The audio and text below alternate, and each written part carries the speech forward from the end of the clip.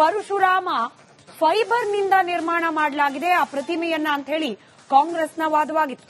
ಇದೇ ವಿಚಾರ ಪೊಲೀಸರ ತನಿಖೆಯಲ್ಲಿ ಇದೀಗ ಸ್ಫೋಟಕ ಟ್ವಿಸ್ಟ್ ಲಭ್ಯವಾಗಿದೆ. ಪ್ರತಿಮೆ ಫೈಬರೂ ಅಲ್ಲ, ಕಂಚು ಅಲ್ಲ, ಬದಲಾಗಿ ತಾಳೆ ಬಳಸಿ ಪರಶುರಾಮ ಪ್ರತಿಮೆ ನಿರ್ಮಾಣ ಆಗಿದೆ. ಕಾರ್ಕಳ ಪೊಲೀಸರ ಚಾರ್ಜ್ ಶೀಟ್ನಲ್ಲಿ ಈ ಸ್ಫೋಟಕ ಅಂಶ ಉಲ್ಲೇಖ ಮಾಡಲಾಗಿದೆ. ಬರೋಬ್ಬರಿ 1231 ಪುಟಗಳ ಚಾರ್ಜ್ ಶೀಟ್ ಅನ್ನು ಸಲ್ಲಿಸಿದ್ದಾರೆ ಪೊಲೀಸರು. ಪರಶುರಾಮ ಪ್ರತಿಮೆ ಕಂಚಿನಿಂದ ನಿರ್ಮಾಣ ಮಾಡಿಲ್ಲ, ಬದಲಾಗಿ ಹಿತ್ತಾಳೆಯಿಂದ ನಿರ್ಮಾಣ ಮಾಡಲಾಗಿದೆ ಅಂತ ಹೇಳಿ ಚಾರ್ಜ್ ಶೀಟ್ನಲ್ಲಿ ಉಲ್ಲೇಖಿಸಿದ್ದಾರೆ ಪೊಲೀಸರು.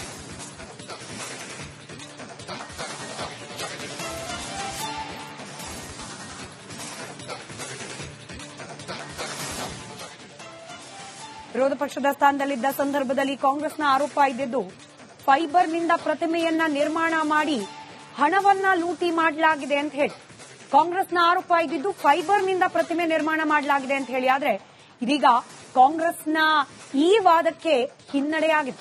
ಮತ್ತೊಂದು ಕಡೆ ಕಂಚಿನ ಪ್ರತಿಮೆ ಅಂತ ಹೇಳಿ ವಾದಿಸಿದ್ರು ಮಾಜಿ ಸಚಿವ ಇನ್ಫ್ಯಾಕ್ಟ್ ಆಗ ಸಚಿವರಾಗಿದ್ದವರು ಸುನಿಲ್ ಕುಮಾರ್. ಈಗ ಅವರ ವಾದ ಕೂಡ ಸುಳ್ಳು ಅಂತಾಗಿದೆ. ಈ ರೀತಿ ಆರೋಪ ಪ್ರತ್ಯಾರೋಪಗಳು ಕೇಳಿಬಂದ ಹಿನ್ನೆಲೆಯಲ್ಲಿ ತನಿಖೆಯನ್ನು ನಡೆಸಿದ್ರು ಪೊಲೀಸರು. ಕಾರ್ಕಳದ ಉಮಿಕಲ್ ಬೆಟ್ಟದಲ್ಲಿ ನಿರ್ಮಾಣವಾಗಿದ್ದ ಪ್ರತಿಮೆ ಪರಶುರಾಮ ಪ್ರತಿಮೆ ಯಾವ ಮೆಟೀರಿಯಲ್ನಲ್ಲಿ ನಿರ್ಮಾಣ ಮಾಡಲಾಗಿದ್ದು ಅನ್ನೋ ಕುರಿತಾಗೇನೆ ಕೂಲಂಕುಷವಾದ ತನಿಖೆಯನ್ನ ಮಾಡಲಾಗಿತ್ತು. 2023ರ ಜನವರಿ 27ರಂದು ಪರಶುರಾಮ ಥೀಮ್ ಪಾರ್ಕ್ ಅನಾವರಣವಾಯಿತು. ಕಾಂಗ್ರೆಸ್ ಪ್ರತಿಮೆಯನ್ನ ಫೈಬರ್ನಿಂದ ನಿರ್ಮಾಣ ಮಾಡಲಾಗಿದೆ ಅಂತ ಹೇಳಿ, ಮತ್ತೊಂದು ಕಡೆ ಆಗ ಸಚಿವರಾಗಿದ್ದ ಸುನಿಲ್ ಕುಮಾರ್ ಅವರು ಇಲ್ಲ ಇದನ್ನ ಕಂಚಿನಿಂದಲೇ ನಿರ್ಮಾಣ ಮಾಡಲಾಗಿದೆ ಅಂತ ಹೇಳಿ ಕೂಡ ಹೇಳಿದ್ದಾರೆ. ಆದರೆ ಇದೀಗ ಪೊಲೀಸರ ಚಾರ್ಜ್ ಶೀಟ್ನಲ್ಲಿ ಹಿತ್ತಾಳೆಯಿಂದ ನಿರ್ಮಾಣ ಮಾಡಲಾಗಿದೆ ಅಂತ ಹೇಳಿ ಉಲ್ಲೇಖ ಮಾಡಲಾಗಿದೆ. ಮಾಜಿ ಸಚಿವ ಸುನಿಲ್ ಕುಮಾರ್ ಕರ್ಕಳ ಅವರ ಸಾಮಾಜಿಕ ಜಾಲತಾಣದಲ್ಲಿ ಈ ಬಗ್ಗೆ ಪೋಸ್ಟ್ ಹಾಕಿದ್ದಾರೆ. ಅದನ್ನು ಕೂಡ ನಾವು ಗಮನಿಸ್ತಾ ಇದ್ದೇವೆ.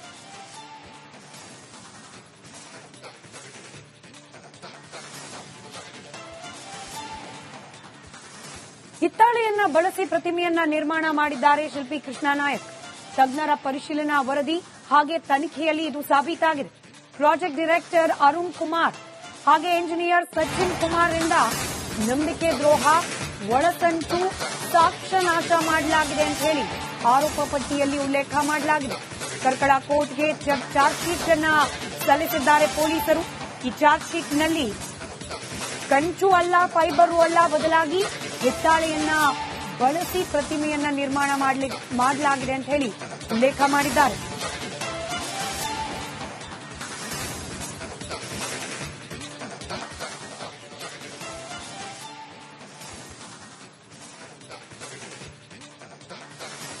ಮತ್ತಷ್ಟು ಡೀಟೇಲ್ಸ್ನೊಂದಿಗೆ ನಮ್ಮ ಪ್ರತಿನಿಧಿ ದಿನೇಶ್ ನೇರ ಸಂಪರ್ಕದಲ್ಲಿದ್ದಾರೆ. ದಿನೇಶ್, ಕಾಂಗ್ರೆಸ್ನ ವಾದಕ್ಕೂ ಕೂಡ ಹಿನ್ನಡೆ, ಸುನೀಲ್ ಕುಮಾರ್ ಅವರ ವಾದ ಕೂಡ ಸುಳ್ಳು. ಹಿತ್ತಾಳೆಯನ್ನ ಬಳಸಿ ಪ್ರತಿಮೆಯನ್ನ ಮಾಡಲಾಗಿದೆ ಅಂತ ಹೇಳಿ ಚಾರ್ಜ್ ಶೀಟ್ನಲ್ಲಿ ಉಲ್ಲೇಖ ಮಾಡಲಾಗಿರುವುದು. ಮುಂದೇನಾಗಬಹುದು? ಈ ಚಾರ್ಜ್ ಶೀಟ್ ಸದ್ಯಕ್ಕೆ ಕೋರ್ಟ್ಗೆ ಸಲ್ಲಿಕೆ ಮಾಡಲಾಗಿದೆ. ಕೋರ್ಟ್ನಿಂದ ಮುಂದಿನ ಪ್ರಕ್ರಿಯೆಗಳು ಯಾವ ರೀತಿ ಇರುತ್ತೆ?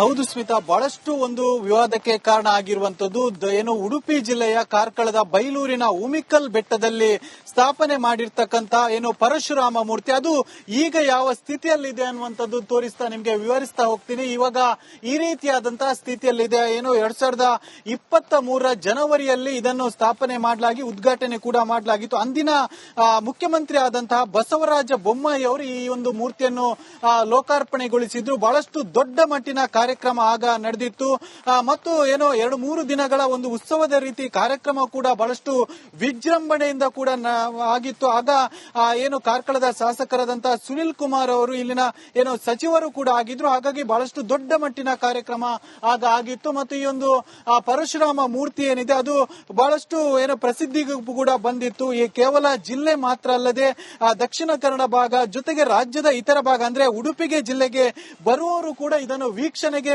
ಬರ್ತಾ ಇದ್ರು. ಸಾಕಷ್ಟು ಜನ ವೀಕ್ಷಿಸಿ ಮೆಚ್ಚುಗೆಯನ್ನು ಕೂಡ ವ್ಯಕ್ತಪಡಿಸಿದ್ರು. ಉಡುಪಿ ಜಿಲ್ಲೆಯ ಪ್ರಸಿದ್ಧ ಪ್ರವಾಸಿ ತಾಣಗಳಲ್ಲಿ ಇದು ಕೂಡ ಒಂದಾಗಿತ್ತು. ಆದ್ರೆ ದಿನ ಕಳೆದಂತೆ ಅದರ ಅಸಲಿಯತ್ತು ಗೊತ್ತಾಗ್ತಾ ಹೋಯ್ತು. ಅಂದ್ರೆ ಕಾಲಿನ ಭಾಗದಲ್ಲಿ ಸೋರಿಕೆ ಕಂಡು ಬರ್ತಾ ಇತ್ತು. ಅದು ಈಗಲೂ ಕೂಡ ಗಮನಿಸಬಹುದು. ಆ ಮೊಣಕಾಲಿನ ಗಂಟಿನಲ್ಲಿ ಒಂದು ಸಣ್ಣ ಕ್ರ್ಯಾಕ್ ಬಿಟ್ಟದನ್ನು ಈಗಲೂ ಕೂಡ ಗಮನಿಸಬಹುದು. ಈ ರೀತಿಯಂತ ಕ್ರ್ಯಾಕ್ ಬಿಡುವುದಕ್ಕೆ ಆರಂಭ ಆಯಿತು. ಆಗ್ಲೇ ಇಲ್ಲಿನ ಸಾಮಾಜಿಕ ಹೋರಾಟಗಾರರು, ಅಂದ್ರೆ ಕಾಂಗ್ರೆಸ್ಗಿಂತಲೂ ಮೊದಲು ಒಂದಷ್ಟು ಜನ ಇಲ್ಲಿನ ಸಾಮಾಜಿಕ ಹೋರಾಟಗಾರರಿದ್ದಾರೆ. ಅವರು ಅಸಲಿಯತ್ತಿನ ಬಗ್ಗೆ ಪ್ರಶ್ನೆ ಮಾಡಿದ್ರು. ಅಂದ್ರೆ ಇದ್ರಲ್ಲಿ ಅಸಲಿ ಏನು ಕಂಚನ್ನು ಬಳಸಲಿಲ್ಲ ಅಂತ. ಅಂದ್ರೆ ಸುನಿಲ್ ಕುಮಾರ್ ಅವರು ಸೇರಿದಂತೆ ಬಿಜೆಪಿ ಅವರಾಗಿರ್ಬೋದು, ಕಲಾವಿದರಾಗಿರ್ಬೋದು, ಅಂದ್ರೆ ಇದನ್ನು ನಿರ್ಮಿಸಿದಂತ ಏನು ಕಲಾವಿದ ಆಗಿರ್ಬೋದು, ಎಲ್ಲರೂ ಕೂಡ ಇದು ಕಂಚಿನ ಮೂರ್ತಿ ಅಂತ ಹೇಳಿದ್ರು. ಆದ್ರೆ ಅದರ ಬಳಿಕ ಏನು ಈ ರೀತಿಯಾಗಿ ಕ್ರ್ಯಾಕ್ ಬಿಟ್ಟಿತ್ತು. ಆ ಬಳಿಕ ಇದರ ಅಸಲಿಯತ್ತಿನ ಬಗ್ಗೆ ಪ್ರಶ್ನೆ ಎದ್ದಿತ್ತು. ಅಂದ್ರೆ ಈ ಮೂರ್ತಿ ಕಂಚಿನದ್ದು ಅಥವಾ ಬೇರೆ ಯಾವ್ದ್ರದ್ದು ಅನ್ನುವಂಥದ್ದು ಪ್ರಶ್ನೆ ಎದ್ದಿತ್ತು. ಆರಂಭದಲ್ಲಿ ಇಲ್ಲಿನ ಸಾಮಾಜಿಕ ಹೋರಾಟಗಾರರೇ ಬಹಳಷ್ಟು ಪ್ರಶ್ನೆ ಮಾಡಿದ್ರು. ಅಂದ್ರೆ ಈ ರೀತಿಯಾದಂತಹ ನಕಲಿ ಮೂರ್ತಿಯನ್ನು ಸ್ಥಾಪನೆ ಮಾಡಿದ್ದಾರೆ ಅಂತ ಪ್ರಶ್ನೆ ಮಾಡಿ ಹೋರಾಟಕ್ಕೆ ಕೂಡ ಇಳಿದಿದ್ರು. ಇಲ್ಲಿ ಉಪವಾಸ ಹೋರಾಟಗಾರರು ಉಪವಾಸ ಮಾಡಿ ಕೂಡ ಹೋರಾಟ ಕೂಡ ಮಾಡಿದ್ರು. ಆ ಬಳಿಕ ಕಾಂಗ್ರೆಸ್ ಕೂಡ ಇದಕ್ಕೆ ಎಂಟ್ರಿ ಕೊಟ್ಟಿತ್ತು. ಅಂದ್ರೆ ಈ ಒಂದು ಮೂರ್ತಿ ಏನಿದೆ ಇದರ ಅಸಲಿಯತ್ತಿನ ಬಗ್ಗೆ ಪ್ರಶ್ನೆ ಮಾಡಿತ್ತು ಕಾಂಗ್ರೆಸ್ ಕೂಡ. ಆ ಬಳಿಕ ಇದು ಫೈಬರ್ ನಿಂದ ಮಾಡಿದಂತಹ ಮೂರ್ತಿ ಅಂತ ಕಾಂಗ್ರೆಸ್ ಕೂಡ ಹೇಳಿತ್ತು. ಅಂದ್ರೆ ಕಾಂಗ್ರೆಸ್ನವರು ಬಂದು ಇಲ್ಲಿಗೆ ಬಂದು ವೀಕ್ಷಣೆ ಮಾಡಿ ಒಂದಷ್ಟು ಪರಿಶೀಲನೆ ಮಾಡಿ ಅವರು ಹೇಳಿದ್ರು ಇದು ಕಂಚಿನದ್ದು ಅಲ್ಲ, ಇದು ಏನೋ ಫೈಬರ್ನದ್ದು ಅಂತ ಹೇಳಿದ್ರು. ಆ ಬಳಿಕ ಕೂಡ ಬಹಳಷ್ಟು ವಾದ ವಿವಾದ ಕೂಡ. ದಿನೇಶ್, ಇವಾಗ ಎರಡೂ ಕಡೆಯ ವಾದಕ್ಕೂ ಕೂಡ ಹಿನ್ನಡೆಯಾಗಿದೆ. ಆದ್ರೆ ಇಲ್ಲಿ ಕಂಚಲ್ಲಿ ಪ್ರತಿಮೆ ನಿರ್ಮಾಣ ಮಾಡಬೇಕು ಅನ್ನೋ ಕರಾರಿದ್ದಿದ್ದು, ಉಲ್ಲೇಖಗಳು ಕೂಡ ಹಾಗೆ ಇದ್ದಿದ್ದು. ಈಗ ಇದೇ ಪ್ರಕರಣದಲ್ಲಿ ಶಿಲ್ಪಿ ಕೃಷ್ಣಾ ನಾಯಕ್ ಅವರ ಪಾತ್ರ ಇರುತ್ತೆ. ಹಾಗೆ ಪ್ರಾಜೆಕ್ಟ್ ಡೈರೆಕ್ಟರ್ ಅರುಣ್ ಕುಮಾರ್ ಅವರ ಹೆಸರು ಉಲ್ಲೇಖ ಆಗಿದೆ. ಎಂಜಿನಿಯರ್ ಸಚಿನ್ ಕುಮಾರ್ ಅವರ ಹೆಸರು ಉಲ್ಲೇಖ ಆಗಿದೆ. ಇವ್ರ ವಿರುದ್ಧ ಕ್ರಮ ಆಗಿದ್ಯಾ? ಇಲ್ಲಿ ಕೇವಲ ಇವ್ರು 3 ಜನ ಅಥವಾ ಈ ಕಾಮಗಾರಿಯಲ್ಲಿ ಇನ್ವಾಲ್ವ್ ಆದವ್ರು ಮಾತ್ರ ಹೊಣೆಗಾರರಾಗ್ತಾರಾ? ಸುನಿಲ್ ಕುಮಾರ್ ಅವ್ರ ತನಕ ಕೂಡ ಮತ್ತೆ ಕಾನೂನಾತ್ಮಕ ಸಂಘರ್ಷಗಳು ಎದುರಾಗುವ ಸಾಧ್ಯತೆ ಇದೆಯಾ?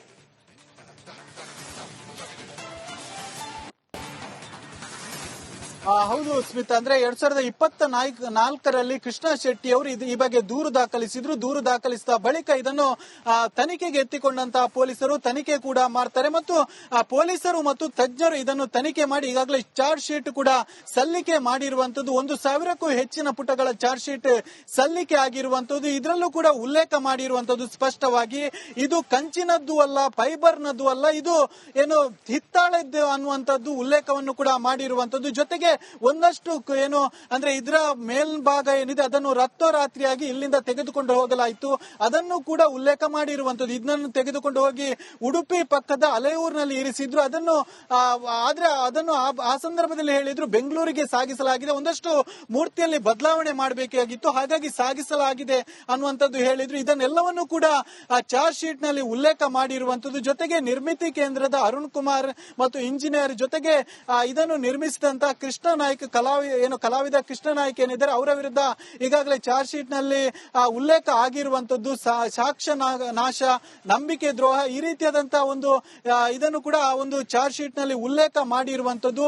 ಮುಂದಿನ ಹಂತದಲ್ಲಿ ತನಿಖೆ ನಡೀತದೆ. ತನಿಖೆಯಲ್ಲಿ ಒಂದಷ್ಟು ಜನರಿಗೆ ಒಂದಷ್ಟು ಇವರ ವಿರುದ್ಧ ಪ್ರಕರಣ ಕೂಡ ದಾಖಲಾಗುವಂತಹ ಸಾಧ್ಯತೆಗಳು ಕೂಡ. ಇದರ ಜೊತೆಗೆ ಇದನ್ನು ಅವತ್ತು ಮುತುವರ್ಜಿ ಎಂದು ಮುಂದಾಳತ್ವದಲ್ಲಿ ಮಾಡಿದವರು ಸುನಿಲ್ ಕುಮಾರ್, ಕಾರ್ಕಳದ ಶಾಸಕರು. ಆ ಸಂದರ್ಭದಲ್ಲಿ ಮಾಜಿ ಸಚಿವರಾಗಿದ್ದಂತಹ ಸುನಿಲ್ ಕುಮಾರ್ ಅವರು ಮುಂದಾಳತ್ವದಲ್ಲಿ ಈ ಒಂದು ಮೂರ್ತಿಯನ್ನು ನಿರ್ಮಿಸಿರುವಂತದ್ದು. ಹೀಗಾಗಿ ಅವರ ವಿರುದ್ಧ ಕೂಡ ಆಕ್ರೋಶವು ಕೇಳಿ ಬಂದಿರುವಂತದ್ದು. ಅಂದ್ರೆ ಅವರು ಅದನ್ನು ಸರಿಯಾಗಿ ಕಾರ್ಯರೂಪಕ್ಕೆ ತರಲಿಲ್ಲ, ಅವರು ಮುಂದಾಳತ್ವ ಅಂದ್ರೆ ಅವರು ಅದನ್ನು ನೋಡ್ಕೊಳ್ಬೇಕಾಗಿತ್ತು ಅನ್ನುವಂತ ಆಕ್ರೋಶ ಸದ್ಯ ಎದ್ದಿರುವಂತದ್ದು. ಮುಂದಿನ ಹಂತಗಳಲ್ಲಿ ಇದು ಯಾವ ಹಂತಕ್ಕೆ ತಲುಪುತ್ತೆ ಅನ್ನುವಂಥದ್ದು ಕಾದ್ ನೋಡಬೇಕಾಗಿದೆ. ಆದ್ರೆ ಸದ್ಯ ಮಾತ್ರ ಈ ರೀತಿಯಾದಂತಹ ಸ್ಥಿತಿ ಇರುವಂತದ್ದು. ಕಳೆದ 1.5 ವರ್ಷಗಳಿಂದಲೂ ಕೂಡ ಇದೇ ರೀತಿಯಾಗಿರುವಂತದ್ದು. ಬಹಳಷ್ಟು ಆಕ್ರೋಶಗಳು ಕೂಡ ವ್ಯಕ್ತ ಆಗ್ತಾ ಇರುವಂತದ್ದು. ಯಾಕಂದ್ರೆ ಪರಶುರಾಮ ಅನ್ನುವಂಥದ್ದು ಒಂದು ದೇವರಂತ ಆರಾಧನೆ ಮಾಡುವಂತಹ ಮೂರ್ತಿ. ಆದ್ರೆ ಈ ಮೂರ್ತಿಯನ್ನು ಈ ರೀತಿಯಾಗಿ ನೋಡ್ಬೇಕಾ, ಈ ರೀತಿಯಾದಂತಹ ಸ್ಥಿತಿಯಲ್ಲಿ ನೋಡ್ಬೇಕಾ ಅನ್ನುವಂತ ಆಕ್ರೋಶ ವ್ಯಕ್ತ ಆಗ್ತಾ ಇರುವಂತದ್ದು ಸಾರ್ವಜನಿಕ ವಲಯದಲ್ಲಿ. ಧನ್ಯವಾದ ದಿನೇಶ್ ಮಾಹಿತಿಗಾಗಿ. ಹಿತ್ತಾಳೆಯನ್ನ ಬಳಸಿ ಪರಶುರಾಮ ಪ್ರತಿಮೆ ನಿರ್ಮಾಣ ಆಗಿದೆ ಎನ್ನುವ ವಿಚಾರಕ್ಕೆ ಸಂಬಂಧಪಟ್ಟಂತೆ ಗೃಹ ಸಚಿವ ಡಾಕ್ಟರ್ ಜಿ ಪರಮೇಶ್ವರ್ ಅವರು ನನಗೆ ಈ ಬಗ್ಗೆ ಮಾಹಿತಿ ಇಲ್ಲ, ಮಾಹಿತಿ ಪಡೆದುಕೊಳ್ತೇನೆ ಅಂತ ಹೇಳಿ ಪ್ರತಿಕ್ರಿಯೆ ನೀಡಿದ್ದಾರೆ. ಸಂಪೂರ್ಣ ಮಾಹಿತಿಯನ್ನ ಪಡೆದುಕೊಂಡು ನಂತರ ಮಾತನಾಡ್ತೇನೆ ಅಂತ ಹೇಳಕ್ಕೆ ಪ್ರತಿಕ್ರಿಯೆ ನೀಡಿದ್ದಾರೆ ಡಾಕ್ಟರ್ ಜಿ ಪರಮೇಶ್ವರ್.